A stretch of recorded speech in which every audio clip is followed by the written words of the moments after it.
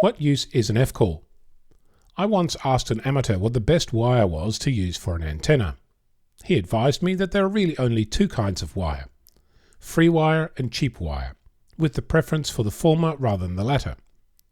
In the run-up to a recent contest, I spent a week building an 80-metre pyramid antenna. It took around 82 metres of wire to build. I started with using a roll of 12-gauge wire, but that was too heavy for my squid pole. I managed to break it about 4 metres from the top.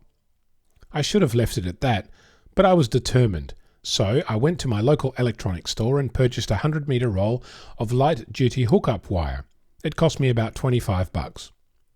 I managed to build myself an antenna that was perfectly resonant on 160 metres. Very helpful. Not.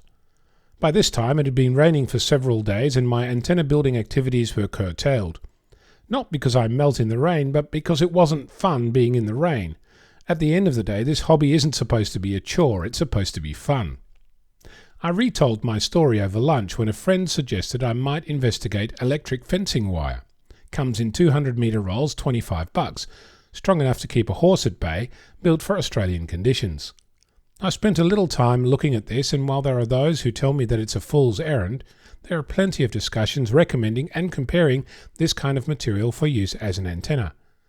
So, in the arsenal of possible sources of antenna wire, I can now add electric fence wire to my list of things to try. It's not free, but it's pretty cheap. What weird and wonderful materials have you used to build antennas? I'm Onno, Victor Kilo 6, Foxtrot Lima Alpha Bravo.